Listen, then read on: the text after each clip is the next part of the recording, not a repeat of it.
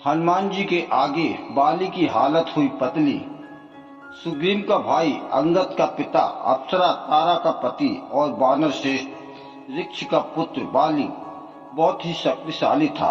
देवराज इंद्र का धर्म पुत्र और किष्किंधा का राजा वाली जिससे भी लड़ता था, लड़ने वाला कितना ही शक्तिशाली हो, उसकी आधी शक्ति बाली में समा जाती थी और लड़ने वाला कमजोर होकर मारा जाता था। शक्ति का राज क्या था? रामायण के अनुसार बाली को उसके धर्मपिता इंद्र से एक स्वर्ण का हार प्राप्त हुआ था। इसी हार की शक्ति के कारण बाली लगभग अजेय था। उसने कई युद्ध लड़े और सभी में वह जीता। इस स्वर्ण हार को ब्रह्मा ने मंत्र युक्त करके यह वरदान दिया था कि इसको पहनकर बाली जब भी रणभूमि में अपने शत्रु का सामना करेगा तो उसके शत्रु की आधी शक्ति क्षीण हो जाएगी और यह आधी शक्ति बाली को प्राप्त हो जाएगी। यही बाली की शक्ति का राज था। बाली ने कई योद्धाओं को कैसे हराया? बाली ने अपनी इस अद्भुत शक्ति के बल पर 1000 हाथियों का बल रखने वाले दुंदुभी नामक असुर का वध कर दिया। दुंदुभी के बाद बाली ने उसके भाई मायावी का भी एक गुफा में वध कर दिया था। रावण ने बाली की शक्ति के चर्चे सुनकर उससे युद्ध करने की ठानी, लेकिन बाली ने रावण को अपनी कांख में 6 माह तक दबाए रखा था। अंत में रावण ने उससे हार मानकर उसे अपना मित्र बना लिया था। राम भी बाली के सामने नहीं आए।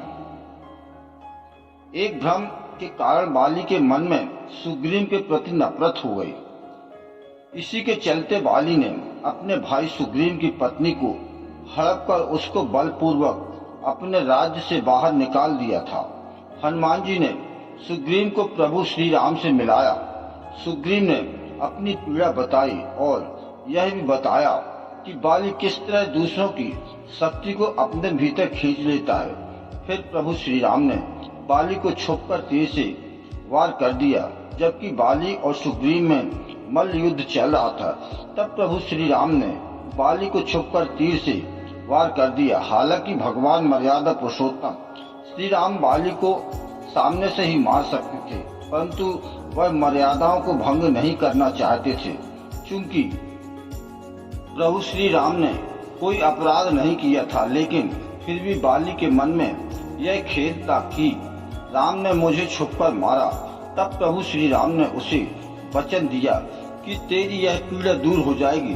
जब प्रभु श्री राम ने कृष्ण अवतार लिया, तब इसी बाली ने जरा नामक बहेलिये के रूप में नया जन्म लेकर प्रभाव क्षेत्र में विष युक्त तीर से श्री कृष्ण को हिरण समझकर मारा। जब वे एक पेड़ के नीचे योग निद्रा में विश्राम कर रहे थे, इस तरह बाली का दंश या बदला पूरा हुआ। बाली का हनुमान जी से हुआ सामना। हनुमान और बाली के सामने हमें एक कथा मिलती है। बाली को इस बात का घमंड था कि उसे विश्व में कोई हरा नहीं सकता या कोई भी उसका सामना नहीं कर सकता। एक दिन की बात है, राम भक्त हनुमान वन में तपस्या कर रहे थे। उस दौरान अपनी ताकत के नशे में चूर बाली लोगों को धमकाता हुआ वन में पहुंचा और चिल्लाने लगा कि कौन है जो मुझे हरा सकता है। किसी ने माँ का दूध पिया है जो मुझसे मुकाबला करे। हनुमान जी उसी वन में राम नाम जब से तपस्या कर रहे थे। बाली के चिल्लाने से उनकी तपस्या में विघ्न हो रहा था। उन्होंने बाली से कहा, बानर राज, आप अति बलशाली हैं, आपको कोई नहीं हरा सकता, लेकिन आप इस तरह चिल्ला क्यों रहे हैं? यह सुनकर बाली बहुत भड़क गया। उसने हनुमान जी को चुनौती दी और यहाँ तक कहा कि वानर तो जिसकी भक्ति करता है, मैं उसे भी हरा सकता हूँ। राम का मजाक उड़ता देख हनुमान को क्रोध आ गया और उन्होंने बाली की चुनौती स्वीकार कर ली। तय हुआ कि अगले दिन सूर्योदय होते ही दोनों के बीच दंगल होगा। अगले दिन हनुमान तैयार होकर दंगल के लिए निकले ही थे कि ब्रह्मा जी उनके समक्ष प्रकट हुए। उन्होंने हनुमान को समझाने की कोशिश की कि वे बाली की चुनौती स्वीकार न करें, लेकिन हनुमान जी ने कहा कि उसने मेरे प्रभु श्री राम को चुनौती दी है। ऐसे में अब यदि मैं उसकी चुनौती को अस्वीकार कर दूंगा तो दुनिया क्या समझेगी, इसलिए उसे तो सबक सिखाना ही होगा। यह सुनकर ब्रह्मा जी ने कहा, ठीक है, आप दंगल के लिए जाओ, लेकिन अपनी शक्ति का 10वां हिस्सा ही लेकर जाओ। शेष अपने आराध्य के चरणों में समर्पित कर दो। दंगल से लौटकर यह शक्ति फिर आप वापस ले लेना। यह सुनकर हनुमान जी मान गए और अपनी कुल शक्ति का 10वां हिस्सा लेकर बाली से दंगल करने के लिए चल पड़े। दंगल के दौरान मैदान में हनुमान जी ने जैसे ही बाली के सामने अपना कदम रखा, ब्रह्मा जी के वरदान के अनुसार हनुमान जी की शक्ति का आधा हिस्सा बाली के शरीर में समाने लगा। इससे बाली के शरीर में उसे अपार शक्ति का एहसास होने लगा।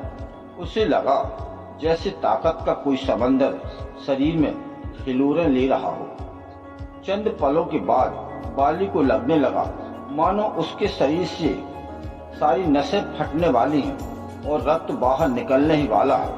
तभी अचानक ही वहां ब्रह्मा जी प्रकट हुए और उन्होंने बाली से कहा कि खुद को जिंदा रखना चाहते हो तो तुरंत ही हनुमान से कोसों दूर भाग जाओ, अन्यथा तुम्हारा शरीर फट जाएगा।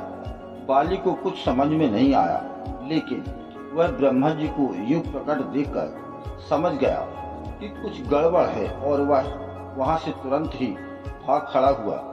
बहुत दूर जाने के बाद उसे राहत मिली, शरीर में हल्कापन लगने लगा।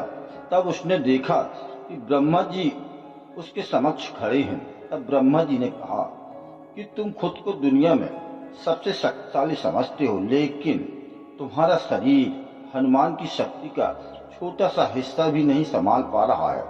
तुम्हें मैं बताना चाहता हूँ कि हनुमान अपनी शक्ति का 10वां भाग ही लेकर तुमसे लड़ने आए थे। सोचो यदि संपूर्ण भाग लेकर आते तो क्या होता। जय श्री राम, जय हनुमान। यदि हनुमान जी की यह कथा अच्छी लगी हो तो आपसे विनय अनुरोध है कि चैनल को सब्सक्राइब करें। आपका बहुत बहुत आभार।